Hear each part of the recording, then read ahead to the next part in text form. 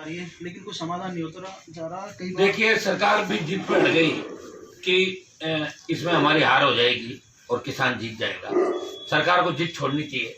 मैं प्रधानमंत्री जी से और गृह मंत्री जी से फिर अपील करता हूँ कि मैं भी एनडीए का हिस्सा था और अभी 26 तारीख को एनडीए हमने सिर्फ कृषि बिल जो काले कानून के रूप के अंदर है अभी लाने की आवश्यकता नहीं थी। प्रधानमंत्री जी को अगर इतनी चिंता किसानों की आय दुगनी करने की तो संपूर्ण स्वामीनाथन आयोग की रिपोर्ट लागू करते और कृषि बिलों को अगर लाना ही था तो एनडीए के समझ सहयोगियों से बात करते, ऑल पार्टी की मीटिंग करते, किसान संगठन, किसानों के जो अगुवाई करने वाले लीडर, इनसे एक सामूहिक बैठक करके और उसके बाद अगर ये कानून नए रूप में लाए जाते और जिससे किसानों की आय बढ़ती तो निश्चित रूप से इसका स्वागत पूरा देश करता। लेकिन लॉकडाउन के अंदर ऑर्डिनेंस लाए, आनंद फानन के अंदर बिलों को पास कराया। मैं तो अंदर भी नहीं था, अकाली दल जो अभी विरोध कर रहा है बिलों का वो अंदर थे, उन्होंने वहाँ विरोध भी किया। मैं अंदर होता तो निश्चित रूप से बिलों को फाड़ के फेंकता अंदर। और मैं अब भी अपील करता हूँ प्रधानमंत्री जी, जिद छोड़ो, किसानों को मनाओ। 50 से ज्यादा किसानों ने शहादत दे दी है और ये किसान है, ऐसे किसानों को कोई नहीं झुका सका। किसान के बेटे देश की सीमाओं की सरहद की रखवाली कर रहे हैं, सीने पे गोलियां खा के शहादत देते हैं और किसान इस ठंड के अंदर, आप इसको छोटा सा आंदोलन क्यों कह रहे हो?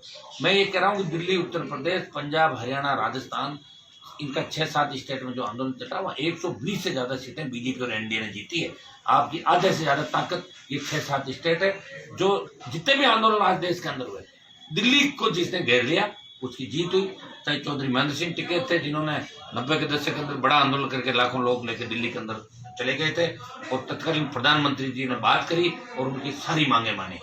अब आप कोई ये चाहते हो दिल्ली की सरकार कि भाई हम इनको थका देंगे, झुका देंगे, तो ये किसान थकने वाला नहीं है। आप कोई रास्ता निकालो, इनको मनाओ। और मैं ये कह रहा हूँ कि बिलों को अगर आपकी जिद एक बिल हम वापस नहीं ले रहे हैं, अब इसमें डाल दो एक बार। सुप्रीम कोर्ट ने भी कह दिया कि अभी एक बार निलंबित कर दो, रोक दो बिलों को, फिर वापस नए सिरे से पार्लियामेंट बुला के चर्चा करा लो वापस इसके ऊपर। और एमएसपी पे गारंटी कानून की जो बात करें, आप गारंटी तो कब दोगे आप बताओ मुझे? आप ये बार बार कह रहे हो राहुल गांधी इटली चला गया, सात संबंध पर। राहुल गांधी और सोनिया का नाम लेके प्रधानमंत्री जी बच नहीं सकते। देश की जनता ने आपको प्रधानमंत्री बनाया 2 बार, अटल जी को भी 2-3 बार मौका दिया था, आपने भी राज किया देश के अंदर। तो कांग्रेस ने तो अपना जो किया उसकी सजा भोग ली, सड़कों पे पड़ी है कांग्रेस। कौन पूछता कांग्रेस को? 40 के अंदर सिमट गई। कांग्रेस से ज्यादा तो क्षेत्रीय पार्टियां आज विपक्षी भूमिका निभा रही देश के अंदर। कांग्रेस की आड़ के अंदर आप बार बार कांग्रेस का नाम लेके, लाल झंडे का नाम लेके इससे बच नहीं सकते। लाल झंडे वाले अपने हिसाब से राजनीति करते हैं, कांग्रेस खत्म हो रही है। आप आम आदमी को देखो, आपके एनडीए के पार्टनर, आपके वो लोग, लाखों लोग जिन्होंने आपको वोट डाला था भारतीय जनता पार्टी और एनडीए को, वो सड़कों पे हैं। आप उनकी देखो, हम कोई पॉलिटिकल एडवांटेज के लिए नहीं कर रहे हैं। सर, आज के हालात की यदि बात की जाए तो जिस तरह से देश का किसान इस समय रोड पर है, उसने एनसीआर को घेरा है, हालात इस तरह से पैदा हो रहे हैं, किसानों से जुड़े हुए उनके अपने संतानें जो सीमाओं पे मौजूद है, यदि उन्होंने बगावत कर दी तो आज की स्थिति को देखते हुए क्या कहीं गृह युद्ध की स्थिति तो नहीं बन रही है? नहीं, गृह युद्ध तो नहीं होगा। जवान समझदार है और किसान भी समझदार है। सबसे बड़ी बात है, पहला आंदोलन मैंने देखा कि अहिंसात्मक तरीके से किसान आंदोलित है।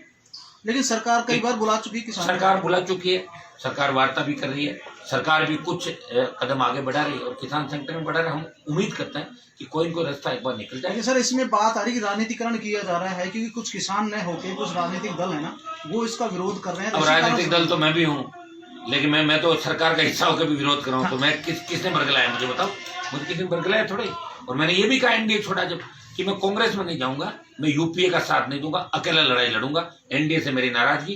3 कृषि बिलों पे किसान संगठनों को और किसानों को संतुष्ट कर दो, आप एमएसपी गारंटी दे दो, अपना मामला ठीक हो जाएगा। और 8 तारीख को जो आंदोलन किसानों की सरकार की वार्ता होगी, 8 तारीख को हम तय करेंगे कि राष्ट्रीय लोकतांत्रिक पार्टी का अगला कदम क्या होगा। अगर ये भीड़ देखना चाहते हैं कि लोग ज्यादा है कि नहीं है, तो लाखों लोग इस आंदोलन में शामिल होंगे, बड़ी बड़ी रैलियां होगी और नए सिरे से आरएलपी इस आंदोलन को नए सिरे से करेगी। ये 8 तारीख को हम डिक्लेयर करेंगे। जी 1.5 महीने से आमजन में परेशान है और उसका समाधान भी नहीं निकल पा रहा, उस पर क्या कहना चाहिए? 70 साल से हिंदुस्तान परेशान है। जब अंग्रेजों से जिन क्रांतिकारियों ने, भगत सिंह, राजगुरु, सुखदेव, सुभाष चंद्र बोस, चाहे महात्मा गांधी, जिनके भी सपने थे, सरदार वल्लभ भाई पटेल, तो सपने पूरे हुए क्या? आज नरेगा में मजदूरी करके आम आदमी अपना पेट पाल रहा है। घोटालेबाज काला धन, भारतीय जनता पार्टी काला धन ले आएगी वापस? मैं एनडीए में हूं। कब लाके बताएं, कब काला धन जो लेके गए थे उनको सलाखों के पीछे डालेंगे? आप ये कहते कहते कितने साल हो गए? आप 6.5 साल तो निकल गए। और ये तो ठीक है, सामने विपक्ष नहीं है, तब एक तरफा चल रही है। और हमारी पूछ भी इसलिए नहीं है कि 303 सीट आ गई बीजेपी की।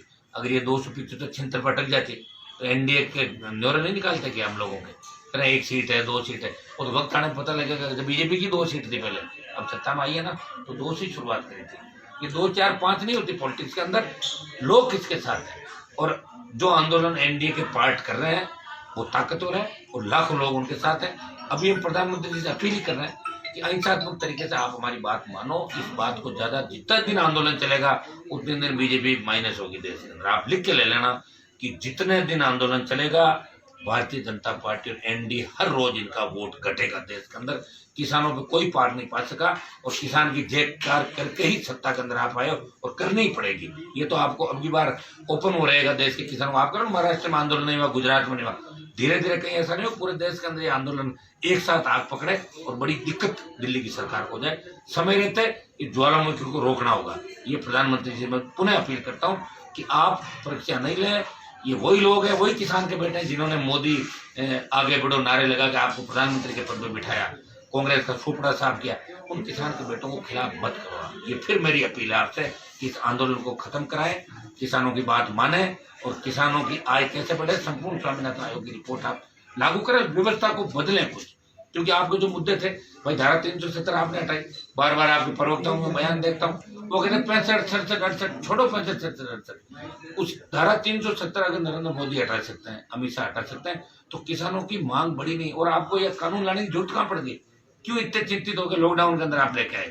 लॉकडाउन मोदी ने लाए, फिर बिल पास कराए। एक ऑल पार्टी और एनडीए की मीटिंग आपने नहीं करी। हमें कम से कम इतना तो पूछ लेते कि भाई किसानों के नेता हो आप लोग, आप बताओ ये सही है कि नहीं, तो हम कम से कम ये कहने की स्थिति में होते। सर बेशक आप उस दिन सदन में नहीं थे जिस दिन ये बिल पास हुआ, लेकिन आपको संसदीय जो कार्य प्रणाली है उसकी पूरी आपको जानकारी है। कहते हैं कि लोकसभा फिर राज्यसभा और फिर जब राष्ट्रपति के साइन हो जाते हैं तो किसी भी चीज को निरस्त किया जाना बहुत आसान नहीं होता, आराम से हो जाता है। तो यदि ऐसा है तो कई बिल करते हैं ना, रोज करते हैं, रोज ही होता है। न पुराने जितने भी कानून है वो जब सरकार की इच्छा होती है वो तो कानून तो देखो जिनकी सरकार बनती है वो चाहे जो कानून लाता है और चाहे जिसको निकाल। संविधान संशोधन कितने हुए देश के अंदर? तो टेक्निकली प्रॉब्लम नहीं है, कुछ नहीं, जीरो। मैं कह रहा हूँ वैसे तो सरकार की किरकिरी इस बात से ही हो रही है कि बैकफुट पे आ रही है। कह रही है ना संशोधन कर रहे, क्यों कर रहे हो? हाँ। अगर अच्छे थे तो संशोधन क्यों कर रहे हो? और संशोधन कर रहे हो तो उसमें एक बार बात मान लो, आप कोई रास्ता निकल जाएगा बीच का कहीं कहीं। बड़ा मन करके करो कि भाई चलो बताओ। और प्रधानमंत्री जी अगर बयान भी दे दे ऐसा कि मैं नहीं होने दूंगा अब, लेकिन बयान इस बात तरह की बातें नहीं करेगा। आतंकवादी है, खालिस्तानी है, माओवादी है, सारे। अभी बताओ शाहजहांपुर बॉर्डर पे मैं बैठा हूँ इतने दिनों से, मुझे तो कोई अपराधी और किसी किस्म का व्यक्ति यहाँ पे नहीं दिखा बॉर्डर पे। राजस्थान का किसान तो यहाँ पे आंदोलित है भाई। हरियाणा, यूपी और पंजाब का किसान शुरू से आंदोलन कर रहा है दिल्ली के चारों तरफ, और हम बॉर्डर के बीच में हमारा हरियाणा स्टेट आ जाता है। अगर हम बॉर्डर के आसपास तो हमारे लोग भी वही दिल्ली के आसपास निकलते हैं। और अगर बीजेपी ये कह रहे हैं कि मुट्ठी भर लोग आंदोलन कर रहे हैं। अब बीजेपी वालों का तो क्या है कि विनाशकाले विपरीत बुद्धि। राजस्थान में तो इनका कोई धनी धोरी है नहीं। और जितने भी बीजेपी के नेता राजस्थान के अंदर है, ये खुद की इनकी औकात नहीं कि 3000 की भीड़ कर सकते। 3 लाख नहीं 3000 की भीड़ नहीं कर सकते। इसलिए ये तो 14 तो मुख्यमंत्री के दावेदार राजस्थान में कितने 14 तो अभी हो गए। और मुझे लग रहा है 4-6 महीने में ये संख्या 24 चली जाएगी। 24 सीएम है, आज ही शपथ ले रहे हैं, 250 सीट आ गई।